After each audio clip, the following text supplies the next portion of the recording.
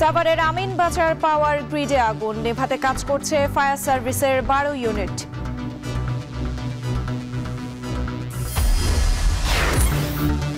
বকেয়া বেতনের দাবিতে টঙ্গীতে পোশাক শ্রমিকদের বিক্ষোভ, ঢাকা ময়মনসিংহ সড়ক অবরোধ।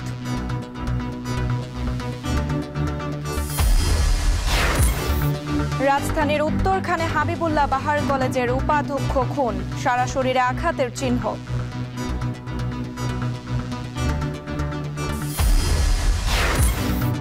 এবং গাজার মতো বিধ্বস্ত দেশ রেখে গেছে শেখ হাসিনা, গার্ডিয়ানকে প্রধান উপদেষ্টা। ডিসেম্বরের থেকে মার্চের মধ্যে হবে নির্বাচন।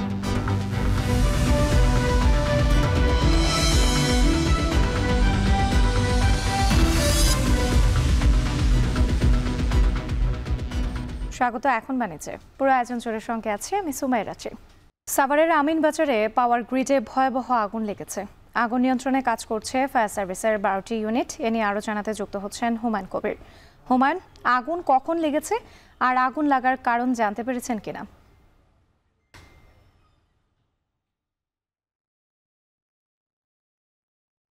সোয়া 7টার দিকে মূলত আগুন লেগেছে এবং আমিনবাজারের যেই পাওয়ার গ্রিড রয়েছে, জাতীয় গ্রিডের এটি একটি অংশ। ওইখান থেকেই এই অঞ্চলের বিদ্যুতের চাহিদা আসলে মেটানো হয় এবং এইখান থেকে এই গ্রিডটিতেই কিন্তু সকাল সোয়া 7টার দিকে আগুন লেগেছে এবং অগ্নি নির্বাপনে আমরা দেখেছি সাভার, আমিনবাজার এবং সাভার এবং ঢাকা থেকেও কিন্তু ফায়ার সার্ভিসের ইউনিট এসছে। প্রায় সব মিলিয়ে 12টি ইউনিট কিন্তু অগ্নি নির্বাপনে কাজ করছে এবং সর্বশেষ পরিস্থিতি আসলে আগুন কিছুটা নিয়ন্ত্রণের দিকে রয়েছে এবং ফায়ার সার্ভিসের কর্মকর্তারা বলছেন তারা আগুন নির্বাপনের প্রাণপণ চেষ্টা করছেন এবং এখনো পর্যন্ত এখানকার যে ফায়ার সার্ভিসের ফায়ার যে গ্রিডটির সরঞ্জামাদির কিছু ক্ষতি সাধিত হয়েছে। বেশ কয়েকটি ট্রান্সফরমার নষ্ট হয়ে গেছে এবং মোটামুটি একটা ঝুঁকির মধ্যে কিন্তু এই মুহূর্তে রয়েছে ফায়ার গ্রিডে। এই আগুনের অগ্নিকাণ্ডের ফলে কিন্তু সাভার, আমিনবাজার, আশুলিয়া, ধামরাই এই অঞ্চলের টোটাল গ্রিডের যে সাপ্লাই সেটি কিন্তু বন্ধ রয়েছে এবং কবে কখন নাগাদ সেটি সচল হবে সেটিও কিন্তু বলা যাচ্ছে না এবং ক্ষয়ক্ষতির যে একটি পরিমাণ সেটিও কিন্তু আমরা ফায়ার সার্ভিসের কর্মকর্তাদের সাথে কথা বলার চেষ্টা করেছি, তারা আসলে সেভাবে আমাদেরকে কিছুই বলতে পারেননি। এখনো পর্যন্ত অগ্নি নির্বাপনে কিন্তু 12টি ইউনিট কাজ করতেছে এবং গণমাধ্যম কর্মী সহ এখানে যারা উৎসুক জনতা রয়েছে তারা কিন্তু আসলে আগুনের যে কাছাকাছি তারা অবস্থান করতে পারছেন না। কারণ হচ্ছে একটু যদি দেখাই, আমরা একটু অনেক দূরে রয়েছি এখান থেকে ফায়ার গ্রিডের, আমরা মূল গেটের দিকে রয়েছি। আমরা ফায়ার সার্ভিসের সদর দপ্তরের থেকে টেলিফোনে কথা হলে তারা তেমন তিনি সদর দপ্তর থেকে শাহাদাত হোসেন নামে একজন ফায়ার কর্মকর্তা জানেন সোয়া 7টার দিকে আগুনের সূত্রপাত হয় যে পাওয়ার গ্রিডটিতে এবং সেখানে কিন্তু আগুন নিয়ন্ত্রণে কাজ করছে এবং এই মুহূর্তে ফায়ার সার্ভিসের যে ইউনিটগুলো কাজ করছে তারা আসলে প্রাণপণ চেষ্টা করছে সেই অগ্নি নির্বাপনের জন্য। আমরা যেটি দেখাচ্ছিলাম যে আমরা অগ্নি যেখানে ঘটনা ঘটেছে সেই পর্যন্ত কিন্তু আমরা গণমাধ্যম কর্মীরা পৌঁছাতে পারছি না। দূর থেকেই কিন্তু আমাদের এখানে গণমাধ্যম কর্মী এবং উৎসুক জনতা যারা রয়েছে তারা কিন্তু সেই আগুন লাগার যে দৃশ্যটি সেটি দেখার চেষ্টা করছেন, যদিও এখান থেকে ওইভাবে দেখা যাচ্ছে না যে আসলে আগুনের ভয়াবহতা কতটুকু সেটিও কিন্তু বোঝা যাচ্ছে না। ফায়ার সার্ভিস এর মুখপাত্র যারা রয়েছেন তাদের কাছ থেকে যতটুকু তথ্য পাওয়া যাচ্ছে সেই আলোকে মূলত আমরা এখান থেকে তথ্য দেওয়ার চেষ্টা করছি।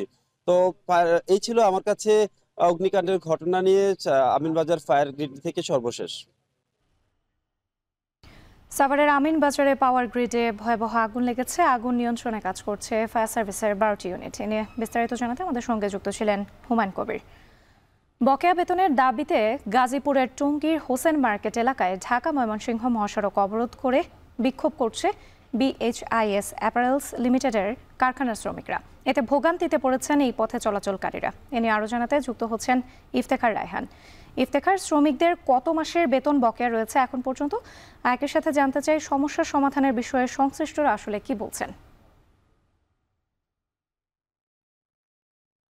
রাত্রি সকাল 7টা থেকেই কিন্তু যে এখানকার যে BHIS যে অ্যাপারেলস লিমিটেড কারখানার শ্রমিকরা ঢাকা ময়মনসিংহ মহাসড়ক অবরোধ করে তাদের বিক্ষোভ চালিয়ে যাচ্ছে এবং এখন পর্যন্ত এই বিক্ষোভ চলমান।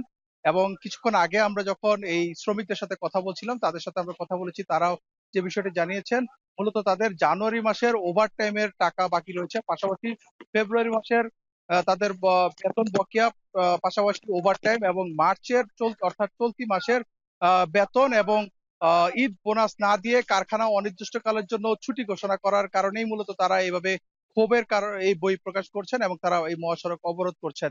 এবং এই মহাসড়ক অবরোধের ফলে আমরা দেখেছি যে বিশেষ করে সকালে যারা অফিসগামী যাত্রী রয়েছেন তারা কিন্তু বেশ দুর্ভোগে পড়েছেন এবং আমরা দেখেছি ঢাকা ময়মনসিংহ মহাসড়কের উভয় পাশে প্রায় ৫ থেকে ১০ কিলোমিটার এলাকা জুড়ে কিন্তু ভয়াবহ যানজটের সৃষ্টি হয়েছে এবং সকালবেলায় যারা অফিসগামী যাত্রী রয়েছেন পাশাপাশি স্কুল কলেজের যে সকল শিক্ষার্থী কিংবা বিশ্ববিদ্যালয়ের শিক্ষার্থীরা রয়েছেন পরীক্ষার জন্য যাচ্ছেন তারা কিন্তু বেশ দুর্ভোগের মধ্যে পড়েছেন এবং আমরা শ্রমিকদের সাথে কথা বলছিলাম মূলত আসলে এই সমস্যাটি কতদিন থেকে তাদের এই সমস্যাটি চলছে।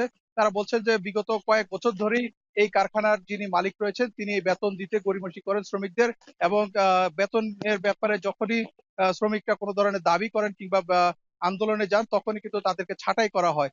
যে কারণে তারা বলছেন যে তারা প্রায় বাধ্য হয়েই তারা এই আন্দোলনে নেমেছেন এবং তারা বলছেন যে সকালে আজকে যখন তারা কারখানায় এসেছিল পূর্ব নির্ধারিত সময় অনুযায়ী যে সকাল ৭টায় তাদের কারখানা চালু হওয়ার কথা ছিল এবং সকালে যখন শ্রমিকরা এই কারখানাটির সামনে এসে দেখতে পান যে কারখানার মূল ফটকটি বন্ধ রয়েছে এবং কারখানার মূল ফটকের সামনে একটি নোটিশ ঝুলানো রয়েছে এবং সেই নোটিশে বলা হয়েছে যে ২০০৬ সালের যে শ্রম আইনের ১৩-১ ধারা মোতাবেক কারখানাটি অনির্দিষ্টকালের জন্য বন্ধ ঘোষণা করা হয়েছে এবং আমরা কিছুক্ষণ আগে দেখছি আইন শৃঙ্খলা বাহিনীর সদস্যরা এখানে সতর্ক অবস্থানে রয়েছেন এবং তাদের সাথে শ্রমিকদের সাথে কথা বলে তাদেরকে এই মহাসড়ক সুবিধা দেওয়ার জন্য তারা চেষ্টা করছেন। তবে শ্রমিকরা তাদের যে দাবি সেই দাবিতে অনড়। তারা বলছেন যে তাদের যে বকেয়া বেতন, ওভারটাইম এবং যে তাদের ছুটির টাকা এবং ঈদ বোনাস যেহেতু সামনে ঈদ চলে এসেছে এই যে কারণে ঈদ বোনাস না পেলে তারা কিন্তু এই মহাসড়কটি ছাড়বেন না। এবং শ্রমিকরা বলছেন যতক্ষণ পর্যন্ত তাদের এই দাবিটি না মানা হবে ততক্ষণ পর্যন্ত তাদের এই আন্দোলন চলমান থাকবে। এখন পর্যন্ত কিন্তু প্রায় ৩ ঘন্টার অতিক্রম হয়ে গেছে। এই মহাসড়কটি বন্ধ রয়েছে পুরোপুরি যান চলাচল এবং এর ফলে ঢাকা ময়মনসিংহ মহাসড়কের প্রায় ৫ থেকে ১০ কিলোমিটার এলাকা জুড়ে ভয়াবহ যানজটের সৃষ্টি হচ্ছে। তো এই ছিল আমার কাছে এখন পর্যন্ত ঢাকা ময়মনসিংহ মহাসড়কের থেকে সবশেষ তথ্য। রাত্রি। গাজীপুর থেকে যুক্ত ছিলেন ইফতেখার রায়হান। রাজধানীর উত্তরখানে খুন হয়েছেন হাবিবুল্লাহ বাহার কলেজের ভাইস প্রিন্সিপাল সাইফুর রহমান ভূঁইয়া। সোমবার তার ভাড়া বাসায় তাকে আহত অবস্থায় পাওয়া যায়। উদ্ধার করে হাসপাতালে নেয়ার পর চিকিৎসকরা তাকে মৃত ঘোষণা করে। পরে মরদেহ ময়না তদন্তের জন্য নেওয়া হয় সোহরাওয়ার্দী মেডিকেল কলেজ হাসপাতালে। তার সারা শরীরে আঘাতের চিহ্ন পাওয়া গেছে। এই হত্যার সুষ্ঠু তদন্ত ও বিচারের দাবি জানান স্বজনরা। এই ঘটনায় উত্তরখান থানায় মামলা করেছে নিহত সাইফুর রহমান ভূঁইয়ার পরিবার। সে মূলত নভেম্বরের শুরু থেকেই বাসায় একেবারে ইরেগুলার হয়ে যায়, সে বাসায় আর আসতো না। আমি তাকে জিজ্ঞেস করতাম যে তুমি কোথায় থাকো রাতের বেলা। আমার ফ্রেন্ডের বাসা, আমার ওখানে একটা জমি আছে উত্তরখানে ২.৫ কাঠা। জমির আশেপাশে সে একটা রুমের বাসা ভাড়া নিয়ে থাকতো। আমি কিন্তু এটা জানতাম না যে সে বাসা ওখানে ভাড়া নিয়েছে। তো ওনার ওই স্যারের কাছ থেকে আমি এটা জানি। আর ওইখানেই ওই ভোরের ৫টার দিকে মনে হয় ওই মারা গেছেন উনি। দুর্বৃত্তরা মেরে বাসায় এসে মেরে চলে গেছে। শিশু ধর্ষণ ও নিপীড়নের প্রতিবাদ এবং দোষীদের দ্রুত বিচারের দাবিতে মানববন্ধন করছেন খুলনার বেশ কয়েকটি প্রতিষ্ঠানের শিক্ষার্থীরা। এ নিয়ে আরও জানাতে খুলনা থেকে যুক্ত হয়েছেন তরিকুল ইসলাম। তরিকুল, মানববন্ধন ও প্রতিবাদ সমাবেশে শিক্ষার্থীদের উপস্থিতি কেমন দেখছেন? শিক্ষার্থীদের সঙ্গে আপনার কথা হয়েছে কিনা? তাদের আসলে দাবি দেওয়াগুলো কি কি?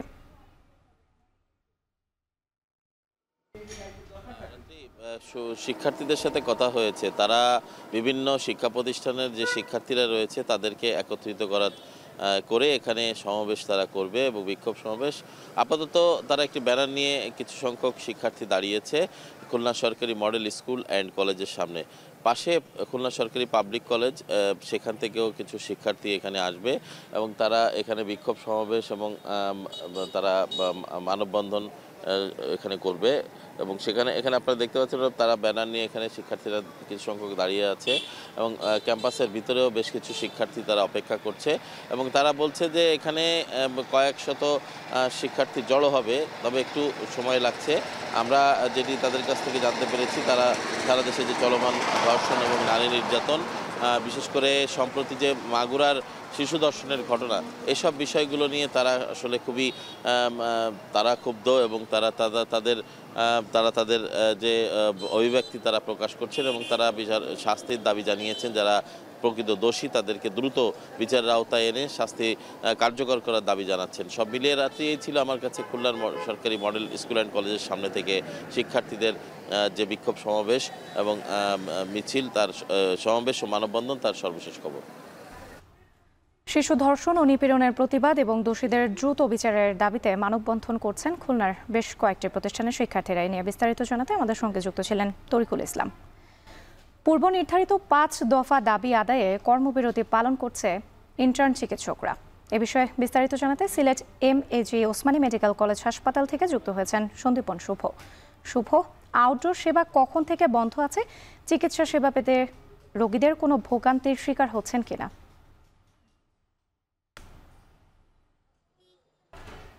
রাত্রি আমি এই মুহূর্তে রয়েছে Sylhet MAG Osmani medical college হাসপাতালের ঠিক বহির্বিভাগের সম্মুখে, এবং গতকাল দুপুর 12টা থেকে কিন্তু এখানকার আউটডোর সার্ভিস পুরোপুরি বন্ধ রয়েছে এবং কর্মবিরতিতে রয়েছেন ইন্টার্ন চিকিৎসকরা। গত 8 মার্চ থেকে কিন্তু এই কর্মবিরতি তারা পালন করেন এবং এটা দ্বিতীয় দফায়। গত মাসেও তারা কিন্তু কর্মবিরতি পালন করেছিলেন এবং এই মাসেও তারা সেই কর্মবিরতিটি পালন করছেন, এবং সেই কর্মবিরতির ফলে যেটি হচ্ছে, এখানে যে আউটডোর সার্ভিস রয়েছে সেই আউটডোর সার্ভিস থেকে কিন্তু অনেকটাই বঞ্চিত হচ্ছেন বিশেষ করে সাধারণ রোগীরা। এবং আজকে সকাল থেকে এখানে এসে আমরা কিন্তু রোগীদের দুঃখ কষ্টের কথা শুনছিলাম। তারা আমাদেরকে জানাচ্ছিলেন যে অনেকে অনেক দূর দূরান্ত থেকে আসেন, কারণ এখানে Sylhet MAG Osmani medical college হাসপাতাল একমাত্র টারশিয়ারি লেভেলের সরকারি হাসপাতাল, যে হাসপাতালটিতে কিন্তু শত শত বা হাজারো রোগী কিন্তু প্রতিনিয়ত আসেন এবং তারা সেবা পাওয়ার আশায় কিন্তু এখানে আসেন। এবং আজকেও প্রতিদিনের মতো তারা এখানে এসেছেন এবং আসার পরে যখন তারা ডাক্তার পাচ্ছেন না, তখন কিন্তু তারা কিন্তু অনেকটাই বিফল হয়ে বা অনেকটাই কিন্তু কষ্ট পেয়ে তারা ভোগান্তির শিকার হচ্ছেন। কারণ রমজান মাসের অনেকেই বিভিন্ন ধরনের রোগের প্রাদুর্ভাব ঘটে এবং এই রোজা রেখে কিন্তু বিশেষ করে সুনামগঞ্জ, হবিগঞ্জ, মৌলভীবাজার সহ নানান জেলা থেকে কিন্তু এখানকার মানুষ এসেছেন এবং তারা চিকিৎসা সেবা পাচ্ছেন না বলেই কিন্তু তারা বেশ দুর্ভোগ পোহাচ্ছেন এবং তারা কিন্তু অনেকটাই আজকে তাদের ভোগান্তির কথা আমাদেরকে বলেছেন সকাল থেকে। এবং আমরা যেটা দেখছিলাম যে আসলে ইন্টার্ন চিকিৎসকদের সাথে কিন্তু মেডিকেল কলেজের, সিলেট ওসমানী মেডিকেল কলেজের যে শিক্ষার্থীরা রয়েছে, অর্থাৎ MBBS শিক্ষার্থী বা BDS শিক্ষার্থী যারা রয়েছেন, তারাও কিন্তু আজকে ক্লাস পরীক্ষা এবং ক্লাস ও পরীক্ষা বর্জন করেছেন এবং এই বর্জনের ফলে তারা কিন্তু একাত্মতা পোষণ করেছেন ইন্টার্ন চিকিৎসকদের সাথে। আরেকটা কথা জানিয়ে রাখা ভালো, এই ইন্টার্ন চিকিৎসকদের সাথে কিন্তু মিড লেভেল চিকিৎসক যারা রয়েছেন, সেই মিড লেভেল চিকিৎসকরাও কিন্তু কালকে একাত্মতা পোষণ করেছেন এবং তাদের কথাও আমরা শুনছিলাম। তারা বলছেন যে এই দাবিটি ইন্টার্ন চিকিৎসকদের শুধু নয়, মিড লেভেলদেরও, এবং তাদের সাথে একাত্মতা পোষণ করার ফলে যেটি হয়েছে যে মোটামুটি চিকিৎসা ব্যবস্থা কিন্তু এখানে স্থবির হয়ে পড়েছে এবং শত শত রুগী, আপনি কিন্তু এখানে দেখতে পাচ্ছেন যে শত শত রুগী কিন্তু এখানে দাঁড়িয়ে আছেন চিকিৎসা সেবা পাওয়ার জন্য। আমরা একটু আগে ধীরাইয়ের একজন রুগীর সাথে কথা বলছিলাম, সুনামগঞ্জ ধীরাই থেকে যিনি এসেছেন, তিনি বলছিলেন যে আসলে তাদের প্রাইভেটে যাওয়ার মতো কোনো আসলে ব্যবস্থা নেই বা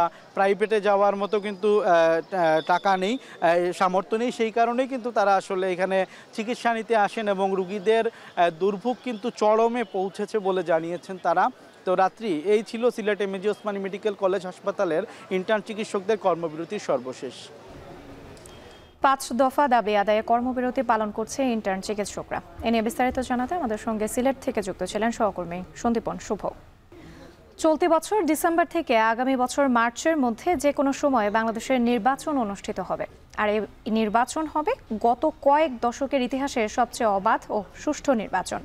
ব্রিটিশ গণমাধ্যম দ্য গার্ডিয়ানকে দেয়া সাক্ষাৎকারে এমনটাই জানিয়েছেন ডক্টর মোহাম্মদ ইউনূস। বলেন, শেখ হাসিনা বাংলাদেশকে গাজার মতো করে রেখে গেছেন, তবে এই ভয়াবহ পরিস্থিতি কাটাতে দৃঢ় প্রতিজ্ঞ থাকার কথা জানান তিনি। নাফি আরমান মননের প্রতিবেদন। 5 আগস্ট 2024 বাংলা বসন্তের সুবাস পায় এদেশের জনগণ। তবে দেশের রাজনীতির ইতিহাসে পালাবদলের বিশেষ দিনটির জন্য দীর্ঘ 15 বছরের দুঃশাসনের শিকার হন লাখো জনতা। শুধু জুলাই গণ অভ্যুত্থানেই শহীদ হন সহস্রাধিক মানুষ। এর আগে বিরোধী মত দমনে ছিল হেলমেট বাহিনী কিংবা আয়নাঘরের মতো নির্মম নির্যাতনের এক একটি রাষ্ট্রযন্ত্র।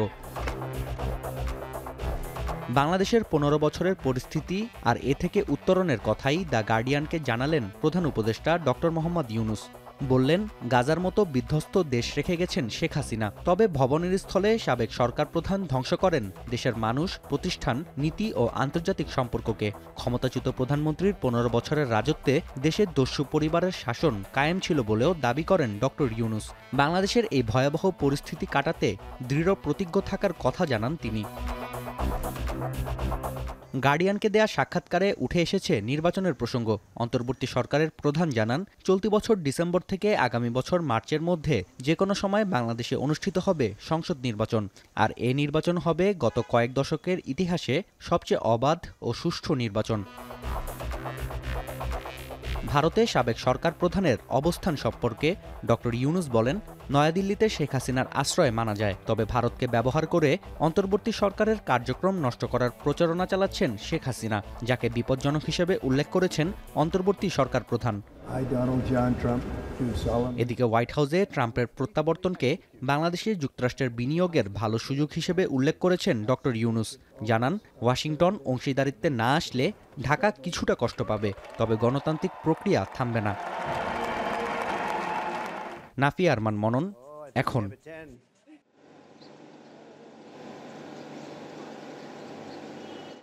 নওগাঁয় আসলে দুইভাবে আলু উৎপাদন হয়ে থাকে। একটি হচ্ছে আগাম জাতের আলু, যা অনেক আগে শেষ হয়েছে, আর দ্বিতীয়টি হচ্ছে যে লেট ভ্যারাইটি আলু। আর এই লেট ভ্যারাইটির আলু রসের পরিমাণ কম থাকে এবং দীর্ঘ সময় এটি সংরক্ষণ করা যায়। আমি এখন অবস্থান করছি নওগাঁ জেলার মহাদেবপুর উপজেলার ভীমপুর এলাকায়, যেখানে ফয়জউদ্দিন কোল্ড স্টোরেজের সামনে। এটি নওগাঁ রাজশাহী আঞ্চলিক মহাসড়কের পাশেই অবস্থিত। আমি আপনাকে দেখাতে যে আপনি পিছনে দেখছেন যে শত শত যানবাহন যেগুলো রয়েছে আলু ভর্তি করে গত কয়েকদিন থেকে এখানে তারা আলু এই হিমাগারে প্রবেশ করানোর জন্য অপেক্ষা করছেন। অর্থাৎ বলা যায় যে অনেকেই 4 থেকে 5 দিন, অনেকে 6 দিন এখানে অপেক্ষা করছেন।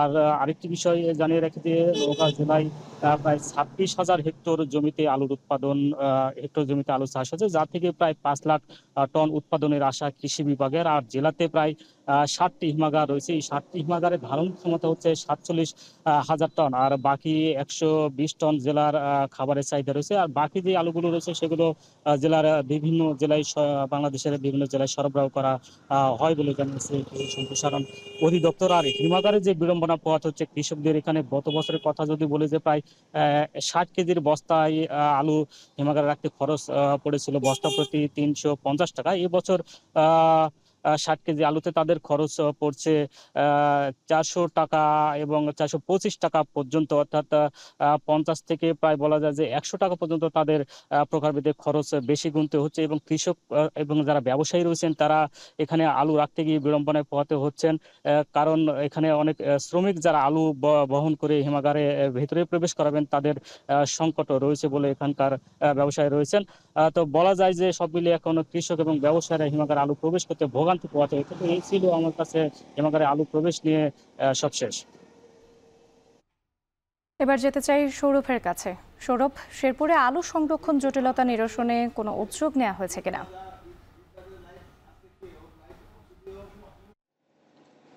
রাত্রি শুরুতে যদি আমি জানাই যে শেরপুর জেলা কৃষি বিভাগ থেকে আমরা যে তথ্যটি পেয়েছি যে চলতি বছর আলু চাষের লক্ষ্যমাত্রা ছিল 5,212 হেক্টর জমিতে। তো আমরা দেখেছি যে লক্ষ্যমাত্রা ছাড়িয়ে 5,317 হেক্টর জমিতে এই আলুর চাষ হয়েছে এবং আলুর বাম্পার ফলন আমরা দেখেছি লক্ষ্যমাত্রা ছাড়িয়ে প্রায় 95,706 মেট্রিক টন আলুর উৎপাদন হয়েছে, যা লক্ষ্যমাত্রা চেয়ে প্রায় 1,890 মেট্রিক টন বেশি। তো এই লক্ষ্যমাত্রা ছাড়িয়ে যাওয়ার কারণে কিন্তু মূলত এবার আলুর বাম্পার ফলন হয়েছে। এবং আমরা যেটি জেনেছি যে সরকারিভাবে শেরপুরে 2টি হিমাগার রয়েছে আলু সংরক্ষণের জন্য, সেটি সীমাবদ্ধতা রয়েছে 3,000 মেট্রিক টন। এবং এর বিপরীতে আমরা দেখেছি শেরপুর বিসিক শিল্পনগরীতে যে বেসরকারিভাবে তাজ ফিলিং স্টেশন নামে একটি হিমাগার রয়েছে, তার সীমাবদ্ধতা রয়েছে প্রায় 10,000 মেট্রিক টন। তো আমরা দেখেছি গত এক সপ্তাহ থেকেই প্রায় কেউ 5 দিন, কেউ 4 দিন, কেউ 3 দিন থেকে কিন্তু এখানে যারা ট্রাক ড্রাইভার রয়েছে, ট্রলি ড্রাইভার, মাহিন্দ্রা ড্রাইভার, তারা কিন্তু অপেক্ষা করছেন। তো এই বিষয়ে আমরা বেশ কয়েকজন ড্রাইভারের সাথে কথা বলেছেন, তারা আমাদেরকে জানিয়েছেন যে তারা দীর্ঘ দিন থেকে অপেক্ষা করার কারণে তারা বিভিন্ন সমস্যার সম্মুখীন হচ্ছেন। একদিকে যেমন আলু পচে যাওয়ার সম্ভাবনা রয়েছে, অন্যদিকে সড়কে দেখা দিয়েছে তীব্র যানজট, বিশেষ করে তারা থাকা খাওয়া সহ নানান অসুবিধার কথা আমাদেরকে জানিয়েছেন। তো এই বিষয়ে আমি বেশ কয়েকজন চাষির সাথে কথা বলেছি। চাষিরা বলছেন যে আলু, বীজ আলু তারা সংরক্ষণের জন্য হিমাগারে রয়েছেন, যেহেতু সরকারি হিমাগারগুলিতে চুক্তিবদ্ধ কৃষকরাই শুধুমাত্র আলু সংরক্ষণের সুবিধা পেয়ে থাকেন। তো অন্যান্য যারা সাধারণ কৃষক তারা কিন্তু এই তাজ ফিলিং স্টেশনেই প্রতি বছরই আলু সংরক্ষণ করেন। কিন্তু এবছর আমরা দেখেছি যে শেরপুরের 5টি উপজেলা ছাড়াও পার্শ্ববর্তী জামালপুর জেলার বকশীগঞ্জ, ময়মনসিংহ জেলার ফুলপুর, হালুয়াঘাট থেকেও কিন্তু বেশ কয়েকটি ট্রাক এখানে রয়েছে, যেখানে আমি কথা বলেছিলাম আলু চাষিদের সাথে। তারা বলছেন যে যদি এই বীজ তারা সংরক্ষণ করতে না পারেন তাহলে হয়তো তারা দীর্ঘমেয়াদী ক্ষতির সম্মুখীন হবেন। রাত্রে এই বিষয়ে আমি কোল্ড স্টোরেজের সাথে কথা বলেছিলাম। কোল্ড স্টোরেজ তারা বলছেন যে এই পর্যন্ত প্রায় 9,000 মেট্রিক টন আলু তারা সংরক্ষণ করেছেন। আর বাকি 1,000 মেট্রিক টন আলু সংরক্ষণ করার পরে তাদের সীমাবদ্ধতা একদমই কমে যাবে। বিশেষ করে এই সড়কে আমরা দেখেছি তীব্র যানজট। তো তারা বলছেন যে যদি এইভাবে আলু সংরক্ষণ করে সরকারিভাবে একটা ব্যবস্থা করা তাহলে হয়তো তারা উপকৃত হবেন। তো রাত্রে এই ছিল শেরপুর থেকে আলুর এই হিমাগার সম্পর্কে আমার কাছে সর্বশেষ তথ্য। হিমাগারের স্বল্পতায় আলু সংরক্ষণ নিয়ে বিপাকে কৃষকরা। এ নিয়ে বিস্তারিত জানাতে শেরপুর এবং নওগাঁ থেকে যুক্ত ছিলেন সহকর্মীরা। বরিশাল নগরীতে রক্ষণাবেক্ষণের অভাবে নষ্ট হয়ে গেছে প্রায় 2.5 কোটি টাকার 4 শতাধিক সিসি ক্যামেরা। এতে নিরাপত্তাহীনতায় ভুগছেন নগরবাসী। সচেতন মহল বলছে যে কোনো বাজেট পরিকল্পনার সময় তা বাস্তবায়নের পরবর্তী সময়ের রক্ষণাবেক্ষণের জন্য বরাদ্দ রাখা উচিত। এদিকে সিটি কর্পোরেশনের দাবি নতুনভাবে এসব ক্যামেরা সচল করতে কাজ চলছে। আমিনুল ইসলামের তোলা ছবিতে আরও জানাচ্ছেন অমিত হাসান।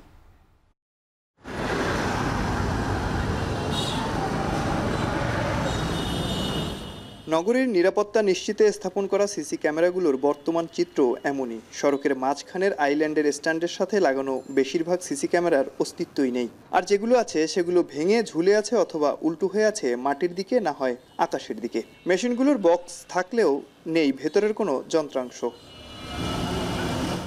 বরিশাল নগরীর 30টি ওয়ার্ডে 2017 সালে ঢাকঢোল পিটিয়ে এই সিসি ক্যামেরাগুলো স্থাপন করে সিটি কর্পোরেশন। কিন্তু উদ্বোধনের কয়েক মাসের মধ্যে এই ক্যামেরাগুলোর প্রায় 80% সংযোগ কেবল চুরি হয়ে যায়। আবার বেশ কিছু ক্যামেরার কারিগরি ত্রুটিও দেখা দেয়। ফলে এসব ক্যামেরা এখন সম্পূর্ণরূপে অচল হয়ে পড়ে আছে।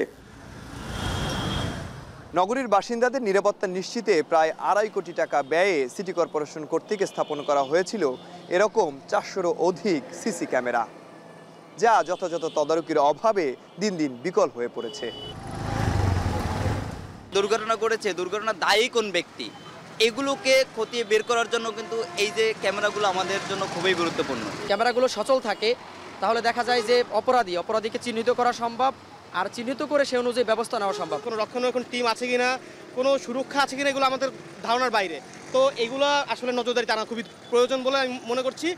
নগরী জুড়ে চুরি, ছিনতাই সহ অপরাধমূলক কার্যক্রম বেড়েছে বলে মনে করেন পরিবেশ ও জনসুরক্ষা ফোরামের নেতারা। তাই ক্যামেরাগুলো পুনর্স্থাপনের পাশাপাশি যে কোনো বাজেট পরিকল্পনার সময় তা বাস্তবায়নের পর রক্ষণাবেক্ষণের জন্য বরাদ্দ রাখা উচিত বলে মনে করেন তারা। 90% ক্যামেরাই এখন আর কাজ করে না। সঙ্গত কারণেই অপরাধের প্রবণতা বেড়ে গেছে, যে যখন কোনো বাজেট আসে, যখন কোনো পরিকল্পনা প্রণয়ন করা হয়, তার ভবিষ্যৎ দিক বিবেচনা করে সেটি করা হয় না। এটি রক্ষণাবেক্ষণ করার জন্য বাজেট থাকা উচিত। সিটি কর্পোরেশন বলছে প্রাকৃতিক দুর্যোগ সহ নানা কারণে ক্যামেরাগুলোর এমন হাল। তবে নতুন করে এগুলো সচল করতে ডাটাবেস ও বাজেটের জন্য কাজ চলমান রয়েছে। মেট্রোপলিটন পুলিশ যারা আছে তাদের কিছু ক্যামেরা আছে, আমাদের গুলো এখন পর্যন্ত নাই। আর আমরা এখন ডাটাবেস রেডি করব যে আসলে আমাদের কত টাকা খরচ হবে বা এইভাবে কিভাবে আবার নতুন করে এগুলো চালু করা যায়। আমরা একটা কোয়ারি করছি আর কি। এই কোয়ারি শেষ করলে যদি আমাদের সামর্থ্যের ভিতরে হয় তাহলে আমরা নিজেরাই করে ফেলবো। বর্তমানে পুলিশের পক্ষ থেকে স্থাপন করা কিছু ক্যামেরার মাধ্যমে নগরীর আইন শৃঙ্খলা পরিস্থিতি নিয়ন্ত্রণ কার্যক্রম চলছে। তবে সিটি কর্পোরেশনের ক্ষতিগ্রস্ত ক্যামেরাগুলো প্রতিস্থাপন করলে নগরের চুরি ছিনতাইয়ের মতো অপরাধমূলক কার্যক্রম কমে আসবে বলে মনে করেন সচেতন নাগরিক সমাজ। অমিত হাসান, এখন, বরিশাল। ভারতের ভিসা জটিলতায় বাংলাবান্ধা স্থলবন্দরে যাত্রী পারাপার নেমেছে প্রায় শূন্যে। চিকিৎসা ও ব্যবসায়িক প্রয়োজনে যারা ভারত যান তারাও পড়েছেন সীমাহীন দুর্ভোগে। ফলে কর্মচঞ্চল ইমিগ্রেশনে এখন নেমে এসেছে নীরবতা। লুৎফর রহমানের প্রতিবেদন।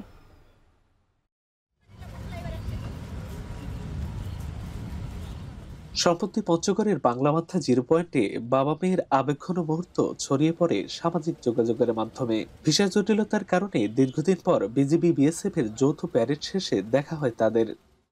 আমার বাবার 109 বছর বয়স। আগে তো যাওয়া গেছে, কিন্তু এখন তো যাওয়া যায় না। বেড়াক তার কাটা হয়তো যাওয়া যায় না, কি করে যাব? মরলে তো হয়তো দেখা পাবো না। যদি যাইতে দেয় একটু ওরকম যদি সুযোগ করে দেয় সরকার আমার, তাহলে তো আমি যাইতে পারতাম। যুগ যুগ ধরে দুই বাংলার মানুষের মাঝে আত্মিক সম্পর্ক আগে সহজ থাকলেও কাঁটাতারে বেড়া নির্মাণের পর কঠিন হয়ে পড়েছে যাতায়াত। অনেক দরিদ্র পরিবার সামর্থ্যের বাইরে গিয়ে পাসপোর্ট ভিসা নিয়ে যাতায়াত করলেও বর্তমানে ভিসা জটিলতায় সেই পথ এখন প্রায় বন্ধ। তাছাড়া চিকিৎসা ও ব্যবসায়িক কাজে নিয়মিত ভারত যাতায়াতকারীরা ভিসা না পেয়ে পড়েছেন চরম দুর্ভোগে। এতে বাংলামাথা ইমিগ্রেশন চেকপোস্টে দেখা দিয়েছে স্থবিরতা। আগে আমাদের এই বাংলা বান্ধে প্রচুর যাত্রী আসা যাওয়া করতো, আগে অনেক জমজম ছিল।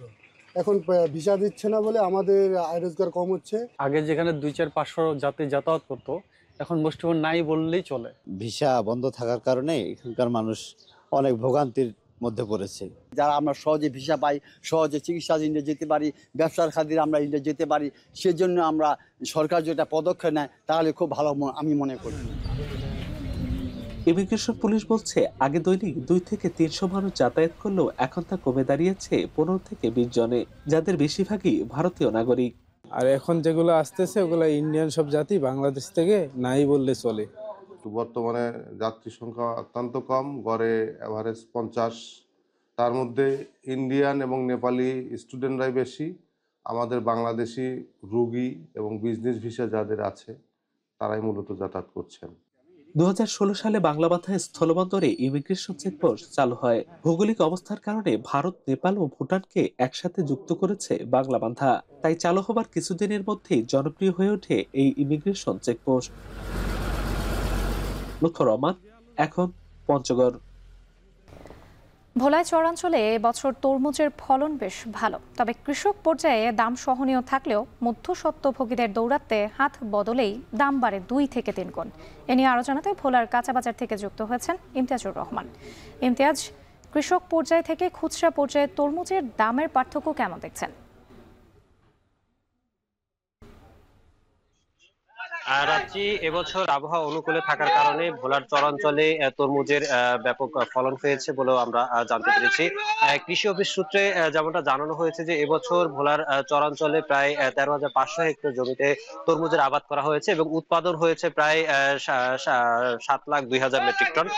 আপনি আমার পেছনেই দেখতে পাচ্ছেন যে এখানে সারি সারি তরমুজ সাজানো রয়েছে। বিশেষ করে ভোলার চরাঞ্চল থেকে যে সকল তরমুজগুলো উৎপাদন হয়েছে সেখান থেকে গতকাল এবং আজকে সকালে তরমুজগুলো এই পাইকারি আড়তে নিয়ে আসা হয়েছে এবং আড়ত থেকে খুচরা বিক্রেতারা কিন্তু এই হাট থেকে কিন্তু তরমুজ কিনে নিয়ে যাওয়ার চিত্র কিন্তু আমরা দেখেছি। আপনাকে একটু জানিয়ে রাখি যে রমজান চলমান রয়েছে, রমজানে কিন্তু অন্যান্য পণ্যের মধ্যেও কিন্তু এই ফলের ভিতরে তরমুজের চাহিদা ব্যাপক রয়েছে। এই তরমুজের চাহিদাকে কেন্দ্র করে এখানকার যে ব্যবসায়ী রয়েছে, ব্যবসায়ীরা কিন্তু আগাম এই তরমুজটাকে বিক্রির জন্য চাষাবাদ শুরু করেছে এবং চাষাবাদের পরবর্তীতে আজকে এখন কিন্তু বাজারে বিক্রি হচ্ছে। বিশেষ করে চাষি কৃষক পর্যায়ে তরমুজের প্রতি পিস তরমুজ 100 থেকে 150 টাকা, কোনো কোনো ক্ষেত্রে 180 টাকা বিক্রি হলেও কিন্তু এটা পাইকারি পর্যায়ে আজকে এই বাজারে প্রায় বড় সাইজের যে তরমুজ রয়েছে তাও প্রায় 280 থেকে 90 টাকা, কোনো কোনো ক্ষেত্রে 300 টাকা পর্যন্ত বিক্রি হওয়ার চিত্র কিন্তু আমরা পাইকারি পর্যায়ে দেখেছি।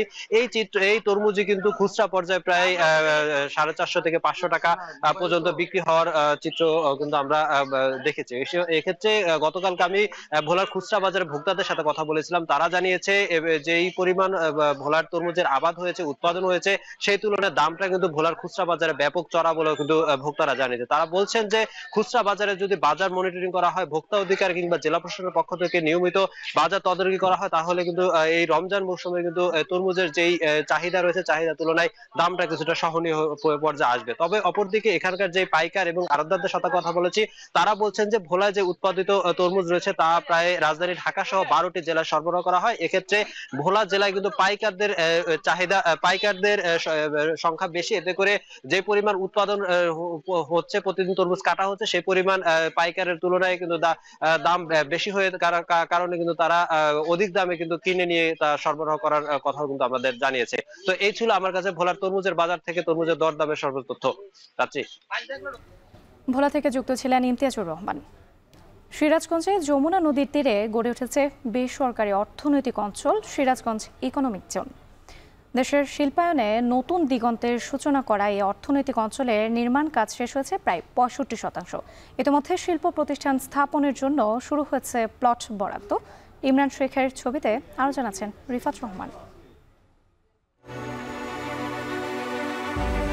দেশের অন্যতম বৃহৎ অর্থনৈতিক অঞ্চল সিরাজগঞ্জ ইকোনমিক জোন। যমুনা সেতুর পশ্চিম পারে 1042 একর জমিতে ব্যক্তি মালিকানাধীন 9 প্রতিষ্ঠান ও 2 জন ব্যবসায়ী যৌথ উদ্যোগে গড়ে উঠছে এই অর্থনৈতিক অঞ্চল। কারখানার জন্য বরাদ্দকৃত 60% জমিতে থাকছে 400টি প্লট, যেখানে গড়ে উঠবে দেশি বিদেশি বিনিয়োগকারীদের শিল্প কারখানা। শিল্প প্রতিষ্ঠান ছাড়াও আধুনিক সুযোগ সুবিধার মধ্যে থাকছে খেলার মাঠ, বিনোদন কেন্দ্র, পুলিশ ফাঁড়ি, হাসপাতাল, কারিগরি ইনস্টিটিউট, বর্জ্য পরিশোধনাগার ও অগ্নি নির্বাপন ব্যবস্থা। ইতিমধ্যে 14টি প্রতিষ্ঠান বরাদ্দ নিয়েছে। জাপান ডেভেলপমেন্ট ইনস্টিটিউটের প্রকৌশলগত সহায়তায় প্রকল্পের সার্বিক অগ্রগতি 65% এগিয়ে এসেছে। এখনই প্লট বরাদ্দ নিয়ে শিল্প প্রতিষ্ঠান স্থাপন করতে পারবেন শিল্প উদ্যোক্তারা। সড়ক, রেল ও নৌযোগাযোগ সুবিধার কারণে দেশি বিদেশি বিনিয়োগকারীদের আগ্রহ বাড়ছে বলে জানান এই কর্মকর্তা। আমার দৃঢ় বিশ্বাস যে একটি সুবাতাস বইছে এবং 2025 চলমান, 26-এর মাঝামাঝিতে প্রত্যেকেই তারা ইন্ডাস্ট্রি চালু করতে পারবে এবং সব ধরনের লজিস্টিক আমরা দিয়ে দিতে পারবো। ইতিমধ্যেই আমাদের কাছে রেডি অবস্থায় আছে ইলেকট্রিসিটি, পানি এবং ড্রেনেজ সিস্টেম যতগুলো আছে, ইন্টারনাল যত রাস্তাঘাট আছে সব আমরা করে ফেলছি। এশিয়ান নেটওয়ার্ক এটা রেলওয়ে কমিউনিকেশনের খুব কাছাকাছি, প্লাস রিভার নেটওয়ার্কের সাথে সংযুক্ত। সিরাজগঞ্জ ইকোনমিক জোন নর্থ বেঙ্গলের গেটওয়েতে অবস্থিত, যার ফলে এখানকার ইনভেস্টমেন্ট অপরচুনিটিস অনেক বেশি এবং অনেক বিদেশি কোম্পানি আমাদের সাথে এখানে যোগাযোগ করছে। অর্থনৈতিক অঞ্চলটি পুরোপুরি চালু হলে গড়ে উঠবে ছোট বড় শিল্প প্রতিষ্ঠান। এতে কর্মসংস্থান হবে কয়েক লাখ মানুষের, যা দারিদ্র্য বিমোচনে গুরুত্বপূর্ণ ভূমিকা রাখবে। ইকোনমিক জোন, বেসরকারি অর্থনৈতিক অঞ্চল গড়ে উঠলে আমাদের সিরাজগঞ্জের ব্যবসায়িক একটা সম্ভাবনার দ্বার উন্মোচন হবে। সেই ক্ষেত্রে শুধু সিরাজগঞ্জ নয়, সিরাজগঞ্জের মধ্য দিয়ে সারা উত্তরাঞ্চল একটি সুন্দর অর্থনৈতিকভাবে একটি স্বাবলম্বী হবে। এই ইকোনমিক জোন যদি চালু হয় তাহলে এখানে প্রায় 1.5 লক্ষ শ্রমিক কাজ করতে পারবে এবং এই 1.5 লক্ষ শ্রমিক যদি এখানে কাজ করতে পারে তাহলে অনেক বাসস্থান হবে, অনেক কর্মসংস্থান হবে। এখানকার সিরাজগঞ্জের আমি মনে করি চেহারাই পাল্টে যাবে। 2018 সালের 4 অক্টোবর 3200 কোটি টাকার এ প্রকল্পকে চূড়ান্ত নিবন্ধন দেয় বেজা। 2019 সালের 3 এপ্রিল শুরু হয় নির্মাণ কাজ। সিরাজগঞ্জ ইকোনমিক জোন শুধু শিল্পায়ন নয়, উত্তরাঞ্চলের অর্থনৈতিক গতিশীলতা বাড়াবে, এমনটাই আশা করছে সংশ্লিষ্টরা। মধ্যপ্রাচ্যের বিভিন্ন যেটা অর্থে সহযোগী প্রতিষ্ঠান আছে, সিরাজগঞ্জ ইকোনমিক জোন চাইলে তারাও অর্থের সংস্থান করতে পারে, যার মাধ্যমে তারা এখানে আন্তর্জাতিক মানে বিভিন্ন ইউটিলিটি ফ্যাসিলিটিস এবং অবকাঠামো তৈরি করতে পারবে, যা বিদেশি বিনিয়োগকারীদের এই ইকোনমিক জোনে বিনিয়োগ করতে আরও বেশি করে উৎসাহিত করবে। দ্রুত কাজ শেষ হলে এটি হবে দেশের অন্যতম বৃহৎ অর্থনৈতিক অঞ্চল। রিফাত রহমান, এখন সিরাজগঞ্জ। এবার দেশের বাইরের প্রসঙ্গ। রাশিয়া ইউক্রেন যুদ্ধবিরতি ইস্যুতে সৌদি আরবের জেদ্দায় বৈঠকে বসছেন মার্কিন পররাষ্ট্রমন্ত্রী মার্কো রুবিও ও ইউক্রেনীয় প্রেসিডেন্ট ভলোদিমির জেলেনস্কি। আসতে পারে গুরুত্বপূর্ণ সিদ্ধান্ত। এর মধ্যে সৌদি যুবরাজ মোহাম্মদ বিন সালমানের সঙ্গে আলাদা আলাদা বৈঠক করেন তারা। সালমানের সঙ্গে আঞ্চলিক ও আন্তর্জাতিক বিভিন্ন ইস্যুতে কথা বলেন মার্কিন পররাষ্ট্রমন্ত্রী। এছাড়া গাজা পুনর্গঠন নিয়েও আলোচনা হয় তাদের মধ্যে। গাজার যে কোনো সংকট সমাধানে হামাসকে অন্তর্ভুক্ত রাখা হবে না বলে জানান মার্কিন পররাষ্ট্রমন্ত্রী।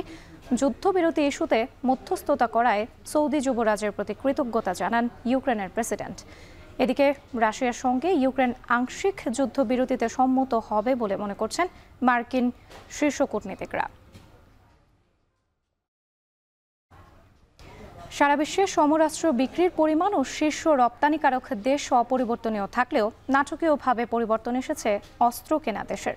সামরিক খাতের বিশ্বস্ত গবেষণা প্রতিষ্ঠান সিপ্রির প্রতিবেদন বলছে, গেল 5 বছরে বিশ্বের সবচেয়ে বড় অস্ত্র কেনার দেশে পরিণত হয়েছে ইউক্রেন। অস্ত্র রপ্তানিতে অপ্রতিরোধ অবস্থান ধরে রেখেছে যুক্তরাষ্ট্র। বিস্তারিত জানাচ্ছেন ঈশিতা ব্রহ্ম।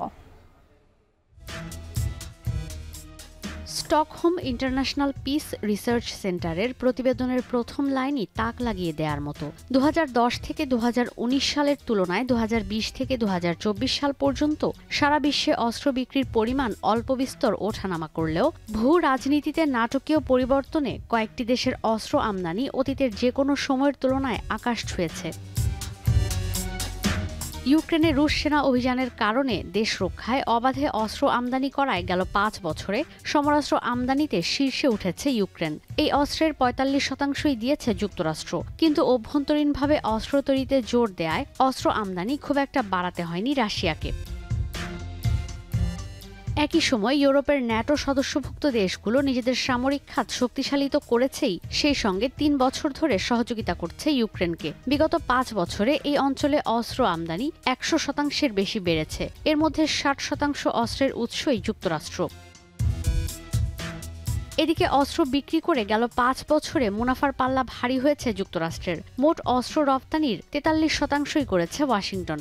দ্বিতীয় অবস্থানে রয়েছে ফ্রান্স, তাও মাত্র ৯.৬%। ২০২০ থেকে ২৪ সালের মধ্যে ১০৭টি দেশে অস্ত্র সরবরাহ করেছে যুক্তরাষ্ট্র।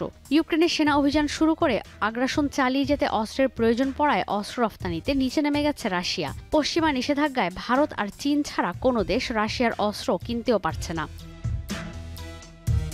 যদিও রাশিয়ার চাপ আর ট্রাম্পের প্রেসিডেন্সির কারণে আস্থার সংকটে আমদানি কমিয়ে নিজেদের অভ্যন্তরীণ প্রতিরক্ষা খাত শক্তিশালী করতে জোর দিচ্ছে ইউরোপীয় ইউনিয়ন। সিপ্রির প্রতিবেদনে বলা হয়, রাশিয়ার হুমকিতে ইউরোপ অস্ত্র আমদানি বাড়িয়ে দিলেও নিরাপত্তা সংকটের মধ্যে নানা কারণে আমদানি কমিয়েছে ভারত, চীন, সৌদি আরবের মতো দেশ। রাজনৈতিক অস্থিরতার জেরে মধ্যপ্রাচ্যেও অস্ত্র কেনাবেচায় বড় ধরনের পরিবর্তন এসেছে। ৫ বছরের ব্যবধানে ২০% কমে গেছে অস্ত্র আমদানি। সর্বোচ্চ অস্ত্র আমদানি করেছে কাতার, সৌদি আরব, মিশর ও কুয়েত। সর্বোচ্চ অস্ত্র আমদানিকারক আরও ৪ দেশ হচ্ছে ভারত, পাকিস্তান, জাপান ও অস্ট্রেলিয়া। ইসরায়েলের অস্ত্র আমদানিতে কোনো পরিবর্তন আসেনি, কারণ যুক্তরাষ্ট্রের কাছ থেকে পাওয়া অস্ত্রই তেল আবিব ব্যবহার করছে গাজা উপত্যকায় আগ্রাসন চালাতে। সিপ্রি বলছে, বিশ্বের ১০০ অস্ত্র নির্মাতা প্রতিষ্ঠানের বিক্রি বছর ব্যবধানে ৪% ওপরে বেড়ে দাঁড়িয়েছে $৬৩,০০০ কোটি ওপরে। ঈশিতা ব্রহ্ম, এখন বিশ্ব। কাতারে জমজমাট ইফতার বাজার। বাংলাদেশের রেস্তোরাঁগুলোতে প্রতিদিনই উপচে পড়া ভিড় প্রবাসীদের। এতে রমজান মাস জুড়েই ভালো বিক্রির আশা করছেন রেস্তোরাঁ ব্যবসায়ীরা। কাতার থেকে আনোয়ার হোসেন মামুনের তথ্য ছবিতে বিস্তারিত। রমজান ঘিরে জমে উঠেছে কাতারের ইফতার বাজার। ইফতার কিনতে বাংলাদেশি অধ্যুষিত এলাকাগুলোর রেস্তোরাঁগুলোই ভিড় জমান প্রবাসী বাংলাদেশিরা, যা মিলন মেলায় রূপ নেয়। বাংলাদেশি রেস্তোরাঁগুলোতে যেমন রয়েছে ঐতিহ্যবাহী পরিবেশন, তেমনি পাওয়া যায় ছোলা, পেঁয়াজু, জিলাপি, বেগুনি, পাকোড়া, ডিম চপ, আলু চপ, হালিম সহ দেশীয় নানান পদের ইফতার। বিদেশের মাটিতে দেশীয় আমেজে ইফতার করার সুযোগ পেয়ে খুশি প্রবাসী বাংলাদেশিরা। আমাদের বাংলাদেশি বাইরে সবাই এখানে একসাথে ইফতারের জন্য আমরা উপস্থিত হয়েছি। বড় পরিবেশে তৈরি হয় ইফতারগুলো। আমি প্রতিদিন আসি, রেগুলার একজন কাস্টমার। আর ইফতারগুলো অনেক সুন্দর, অনেক ভালো আইটেমের, অনেক ভ্যারাইটি থাকে। পবিত্র রমজানে ব্যবসার চেয়ে আল্লাহর সন্তুষ্টি লাভের আশায় ইফতার সামগ্রী বিক্রিতে ছাড় দেয় বাংলাদেশি রেস্তোরাঁগুলো। পাশাপাশি ইফতার পার্টির জন্য পাওয়া যায় স্বল্প মূল্যের প্যাকেজ। বিশেষ মূল্য ছাড় দেওয়ায় রেস্তোরাঁগুলোতে বেচা বিক্রি ভালো বলে জানান ব্যবসায়ীরা। প্যাকেজটা সব সুলভ মূল্যে নিয়ে এসেছি, যাতে করে সাধারণ মানুষ ইফতার করতে পারে, এবং আমাদের দোকানে আমরা স্পেশাল প্রাইজে দিয়ে থাকি। এবং শহুরে আমরা প্রতি রোজাদারের জন্য রয়েছে 1 গ্লাস করে দুধ আমরা ফ্রি দিচ্ছি। বেচাকেনা ভালো হচ্ছে যদি আমরা এটা বাংলা অধিকার এলাকা, তো সেখানে বাঙালি আছে, বিভিন্ন জাতি আছে, ভালোই আলহামদুলিল্লাহ। এদিকে রমজান মাস উপলক্ষে ইফতার ও সেহরিতে ব্যবহার হয় এমন 1000-এর বেশি ভোগ্যপণ্যের দাম কমিয়েছে কাতার সরকার, যা রমজান মাসের শেষ দিন পর্যন্ত চালু থাকবে। এখন কাতার। এবার খেলার খবর। সাউথ এশিয়ান সিনিয়র অ্যাথলেটিক্স চ্যাম্পিয়নকে সামনে রেখে 14 অ্যাথলেট নিয়ে ইতোমধ্যেই শুরু হয়েছে আবাসিক প্রশিক্ষণ ক্যাম্প। তবে ক্যাম্পে থাকা মানেই ভারত সফর নিশ্চিত নয় বলে এখন টেলিভিশনকে জানিয়েছেন অ্যাথলেটিক্স ফেডারেশনের সাধারণ সম্পাদক শাহ আলম। ওয়াসিল হক পান্থ জানাচ্ছেন বাকিটা। গেল মাসে জাতীয় স্টেডিয়ামে অনুষ্ঠিত হয় 48তম জাতীয় অ্যাথলেটিক্স ফেডারেশনের নতুন কমিটি দায়িত্ব নেবার পর প্রথম প্রতিযোগিতা, আর সেখান থেকেই বাছাই করা হয়েছে 16 বছর পর মাঠে গড়ানোর অপেক্ষায় থাকা সাউথ এশিয়ান সিনিয়র অ্যাথলেটিক্স চ্যাম্পিয়নশিপের ক্যাম্পের 14 অ্যাথলেটকে। ক্যাম্পে সুযোগ পেয়ে নিবিড় অনুশীলনে নিজেদের প্রস্তুত করতে পারলেও নিশ্চিন্ত মনে থাকতে পারবেন না খেলোয়াড়রা, কারণ টুর্নামেন্টে যাবার আগে উন্মুক্ত ট্রায়ালের আয়োজন করবে ফেডারেশন, যেখানে ক্যাম্পের খেলোয়াড়দেরকে টেক্কা দিতে হবে এশিয়াডে 60 মিটারে স্বর্ণজয়ী ইমরানুর রহমান সহ বাকিদের সঙ্গে। আবার একটা ট্রায়াল হবে, শুধু ইমরান নয়, আরও কিছু অ্যাথলেট আছে, তারা ভালো করেছে, ভালো করতে পারে না, হয়তো অসুস্থ ছিল অথবা যে কোনো কারণে করতে পারে নাই, তারাও যাতে পার্টিসিপেট করতে পারে। তার মানে আমরা চাচ্ছি সবাই যেন এটাতে অংশগ্রহণ করতে পারে এবং সত্যিকারের যে ভালো সে যেন যেতে পারে, সেই জন্য আমরা এই উন্মুক্ত ট্রায়াল চিন্তা ভাবনা করছি। ক্যাম্পের খেলোয়াড়দের নাম প্রকাশের পর থেকেই বইছে আলোচনা সমালোচনার ঝড়। জাতীয় রেকর্ড করেও ক্যাম্পে ডাক পাননি একাধিক খেলোয়াড়। ফেডারেশন কর্তা দিয়েছেন সেটির ব্যাখ্যাও। যে সমস্ত ইভেন্টে সম্ভাবনাময় হয়তো আমরা কিছু করতে পারবো একটা বা কাছাকাছি যাব, ওইরকম ইভেন্টই আমরা ট্রেনিংয়ে গেছি। রেকর্ড হয়েছে, কিন্তু বাংলাদেশের রেকর্ডটা হয়েছে কি বাংলাদেশের জন্য, মানে বাংলাদেশের রেকর্ড, এটা তো আর সাফ রেকর্ড না। বাংলাদেশ রেকর্ড আর এই সাফের যে গত রেজাল্ট অনেক পার্থক্য। 2026 পাকিস্তান এসএ গেমসের ড্রেস রিহার্সাল হিসেবে দেখা হচ্ছে আসন্ন চ্যাম্পিয়নশিপকে। যে ইভেন্টগুলি এই এসএ গেমের কাছাকাছি বা এসএ অ্যাথলেটিক্সের গেমের কাছাকাছি হবে, সেই ইভেন্টে আমরা পার্টিসিপেট করব এবং আমরা কিছুটা হলেও আমরা সম্মানজনক পজিশনে থাকতে পারবো বলে আমার দৃঢ় বিশ্বাস। চলতি বছর 3 থেকে 5 মে ভারতের ঝাড়খণ্ডের রাঁচিতে অনুষ্ঠিত হবে south Asian senior athletics championship. এই আসরের 7টি ইভেন্টে বাংলাদেশ থেকে প্রতিযোগীরা অংশগ্রহণ করবেন। ওয়াসিল হক পান্থ, এখন, ঢাকা। শেষ করছি এখন বাণিজ্য, যাওয়ার আগে শিরোনামগুলো আরও একবার। সাভারের আমিন বাজার পাওয়ার গ্রিডের আগুন নিয়ন্ত্রণে, এখনো জানা যায়নি আগুন লাগার কারণ। নির্বাপন কাজেই ব্যস্ত আছে এবং নির্বাপন করছি। এটা বকেয়া বেতনের দাবিতে টঙ্গীতে পোশাক শ্রমিকদের বিক্ষোভ, ঢাকা ময়মনসিংহ সড়ক অবরোধ।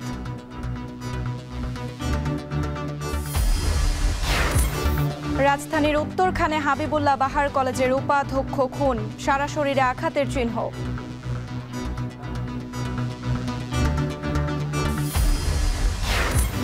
এবং গাজার মতো বিধ্বস্ত দেশ রেখে গেছে শেখ হাসিনা, গার্ডিয়ানকে প্রধান উপদেষ্টা, ডিসেম্বর থেকে মার্চের মধ্যে হবে নির্বাচন। এই ছিল এখন বাণিজ্যের আয়োজনে। এখন টেলিভিশন ওয়েবসাইটে দেখতে ভিজিট করুন www.ekon.tv। এছাড়া ফেসবুকে দেখতে ভিজিট করুন facebook.com/tv.ekon এবং ইউটিউবে এখন টেলিভিশন দেখতে ভিজিট করুন youtube.com/c/ekontv।